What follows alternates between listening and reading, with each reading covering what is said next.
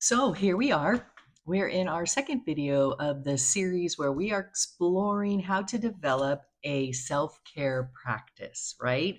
And today's episode, we're going to be discussing the first of our four pillars of self-care, and that is the physical aspect of self-care. We're going to talk about what that looks like, why it's important, and some practical ideas that you can incorporate and begin the process to level up your physical well being starting today. All right. So, welcome to the channel. I'm Erin. We are here at a Caregiver's Compass. If you're new, thank you so much. Let me straighten this out a little bit, but thank you. I appreciate you giving me the time. And if you're somebody who's coming back, again, thank you because I appreciate you letting me share more information with you. Okay. So let's recap a little bit first, also. So, episode one, which I think I need to go back and actually label it as episode one, we kind of laid the groundwork for this topic. And we discussed self care, not selfish, being a necessity, not being a luxury, all of that. And we also talked about the four pillars of self care. So let me recap that for you in case you haven't seen that video. It's not necessary that you see it, but just in case you don't know what I'm talking about. So there are four: physical, mental, emotional well being, and spiritual health. Okay. So those four are going to be the topics for future videos. And today, the first one here is physical. Okay. So again, you don't have to watch these in order or anything because they're not going to necessarily build. I mean, well, they kind of build on each other, but it's not necessary. You're not going to miss anything if you haven't seen them in the exact order. Okay. That's all I want to say there. All right. So we're talking about physical today. And I think in researching this, I thought, you know what? This is probably the easiest, but also the hardest of the pillars. And let me explain why I say that, because I I think it's the easiest in regards to identifying what we need to do in order to have a self-care practice improving our physical aspect of our life, right? So physical includes exercise, hydration, eating habits. Maybe it's getting massages or facials, that type of thing. Maybe it's supplements and vitamins, that type of stuff. So we all know that those things will add and enhance our physical well being, right? So, as I mentioned, though, making those a habit, that's the hard part, right? We have to pick things that are going to be sustainable for us personally. So, things that I suggest here or talk about, you guys, it's not like, oh, Aaron, I can't do that. I couldn't. I get that. Everybody's journey is different. And what you can do, or what sounds good to you, or what's going to be fun, or what you can incorporate, you need to decide ultimately. You are in control of this, okay? We have few things that we're in control of sometimes in our life, but you can control the things that you're going to choose to enhance your physical well-being, okay? So when we start talking about exercise, you need to get in some kind of physical activity. And I'm sorry I went on a tangent there. Sorry about that. But so let's get back. Let's stay focused here. We're talking about physical today. So some ideas on physical and why it's important. Okay. So why is physical activity and taking care of ourselves physically important, especially for us as caregivers? Well, let's face it, it'll help make our productivity and being able to carry out all of our duties. It's going to make it a whole lot easier on us, you guys. We'll be better equipped. We won't be tired all the time. Maybe we'll have a little more stamina. We'll have a little more energy. So all of those benefits are going to come into play to make our life just a whole lot easier as a caregiver. Okay. So that's why, even as a caregiver, it's really important for us to take care of ourselves physically. All right. It's just going to enhance all of our duties. All right. All of our daily tasks. Okay.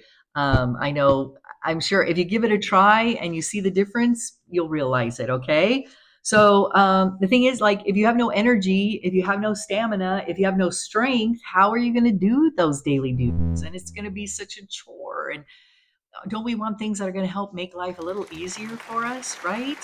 And the other thing, what happens if something happens and you don't feel good, or you're not healthy or whatever? Who's going to take care of you?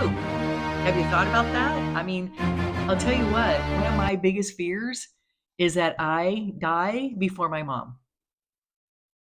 I know.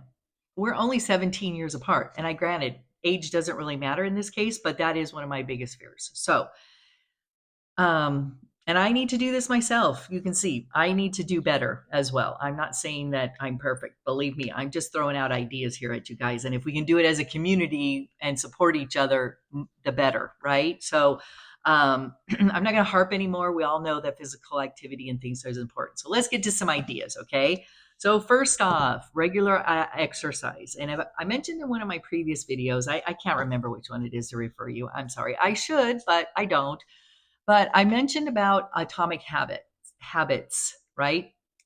And James Clear, his book, and how you stack habits on top of each other in order to make them sustainable. And one of the things I mentioned in that one was how when you're waiting around for something, like maybe you're cooking something, or maybe you're waiting for the coffee to brew in the morning, or maybe you're waiting for the laundry or something like that. Instead of going and taking off on another activity or another, task, why don't you stop and do some kind of physical activity with that? Like I had mentioned in the kitchen, maybe you do some push-ups up against the counter or your island. We have a big island in my kitchen. Maybe you do some marching, right? Marching in place. Maybe you do just some stretching, good stretching or something. Maybe you do some jumping jacks. Maybe you do some knee bends. Maybe whatever it is, maybe you could do something like that while you're waiting for that meal to cook in the oven for an hour. I know you're not going to exercise for an hour, but maybe you do that. And it's just right there in the kitchen. So you're not leaving, you're not going anywhere. It's not a big hassle. Maybe it's in the laundry room while you're waiting for the laundry. Sometimes I'm waiting for that washer to finish because it's going to get done any minute now. And then I'm going to have to come back in and throw it in the dryer. So instead, while I'm waiting, let's do some push-ups against the washer, or let's just do some jumping jacks. Okay, so those would be great ways to sneak in some little activities. Something I learned when I was at Weight Watchers. The goal was to do 30 minutes a day. Well, maybe you can't do a full 30 minutes at once. It's okay. Break it up into 3 10-minute sessions, okay? And incorporate what we just talked about, maybe, right? But just do 10 minutes 3 times a day. I tried to do that with my mom, and we even had like a little box for her to check off the 10 minutes. And that seemed to work for her a while ago. It did anymore, but that's an idea, right? To make it more doable, break it up into smaller chunks. The other thing is, again, do something that you enjoy. So I had talked about this on a video about moving it March or something, was one of my crazy 30-day challenge things or something. And what I was doing was in the morning before I got ready for work, or as I was getting ready for work, I turned on some upbeat music that I love, and I was dancing around while I was getting ready for work, in between feeding the dogs and making my bed and washing my face and brushing my teeth or something. You can turn on Alexa, so you can turn on Google Play, whatever your tech product is, or even just on your phone. And 3 minutes is normally a song. And if you do 5 of those, that's 15 minutes, my friends. There you got 15 minutes already. Do it in the morning, do it at night, and you got 30 minutes in. And it's something you like to do, right? So that's an option. Maybe you love to do yoga. Maybe you love to do, I don't know, jazzercise. I've seen a friend of mine on Facebook. I don't know if that's coming back or what. They have senior centers. Mine has some free classes on Wednesdays or something like that.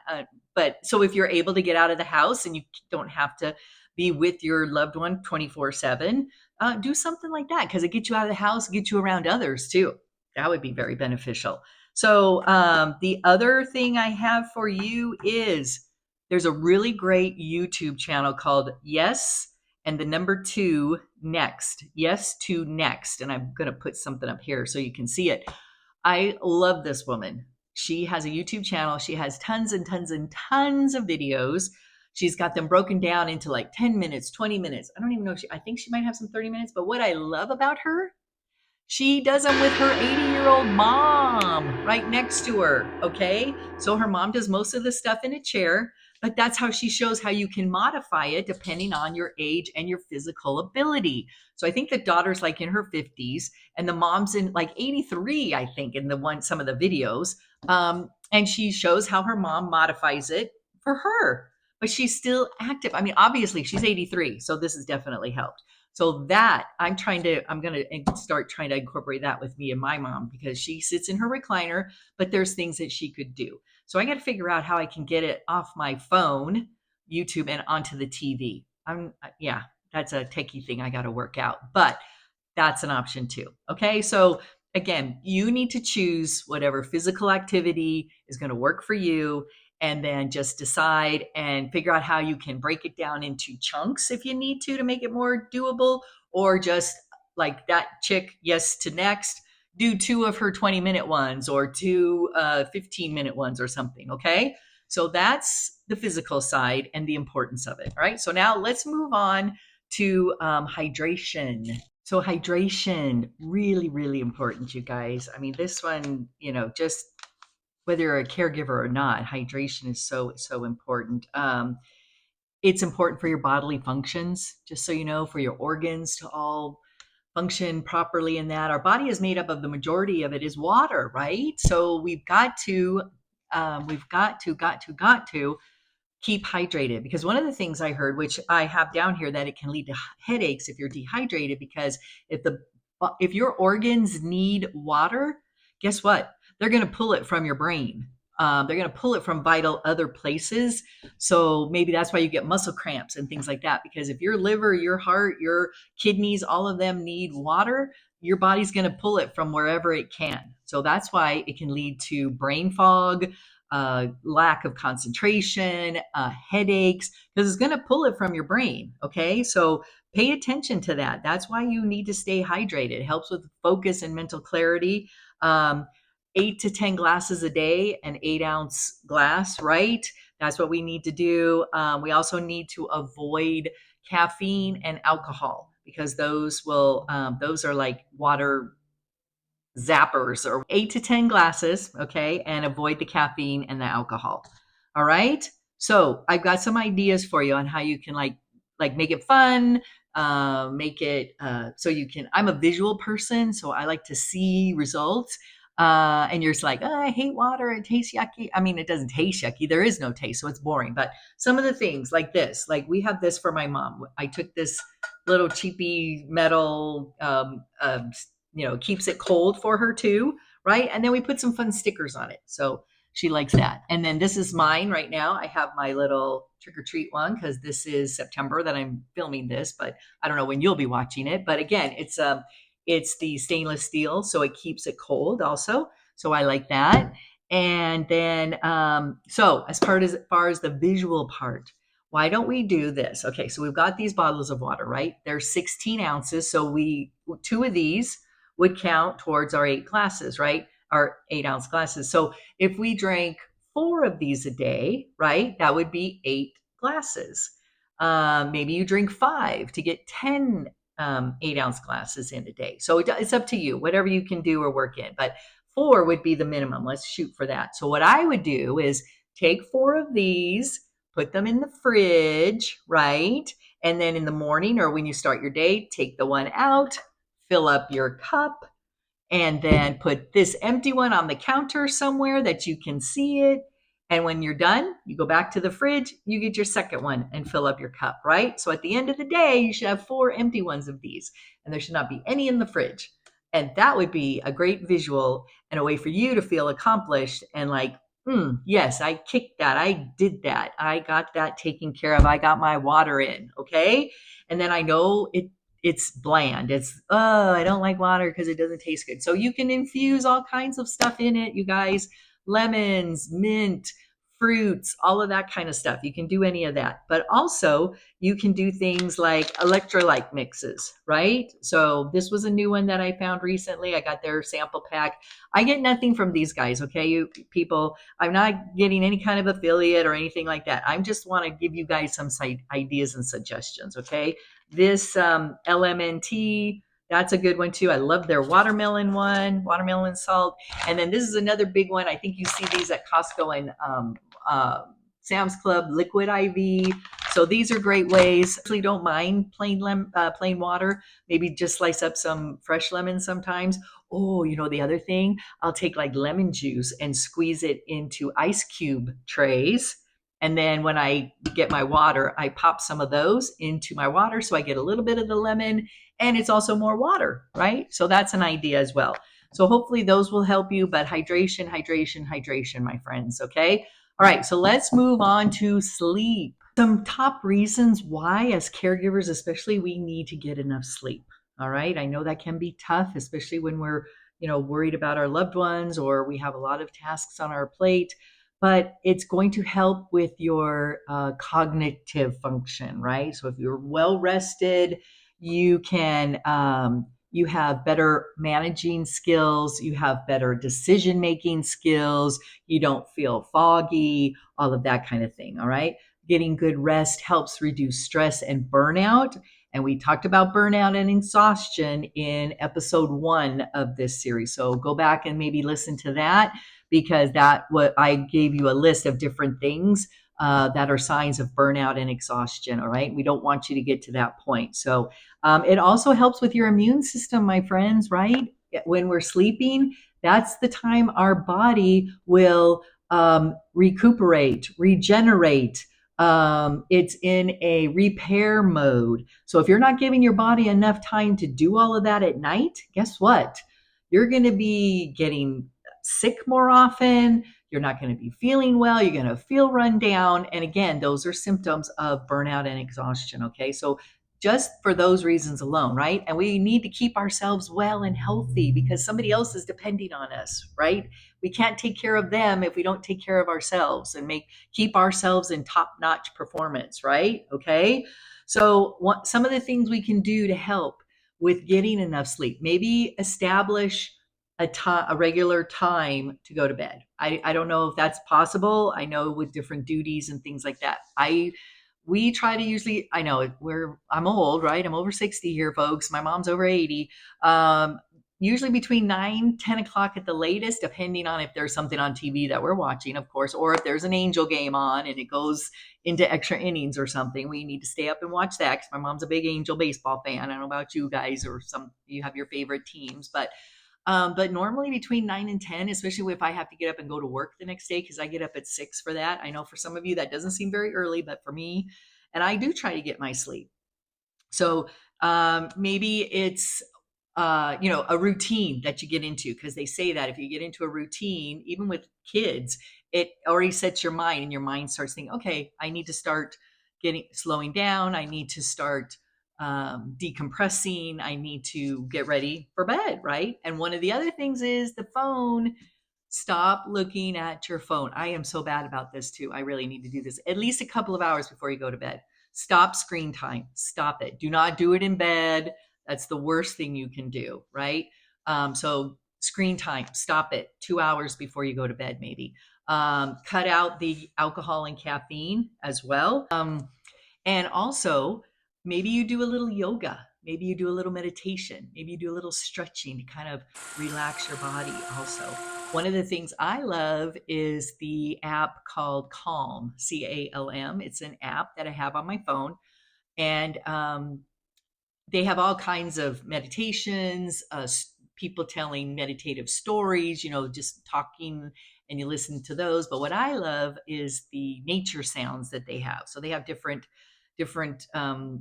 nature sounds, or green noise, that type of thing, right? White noise, that type of thing. But I listen to rain on the leaves, on tree leaves. That's the sound of that I listen to every night. And it's great. They have lakes, they have waterfalls, they have uh, fall sounds. I don't know. They have numerous options for you.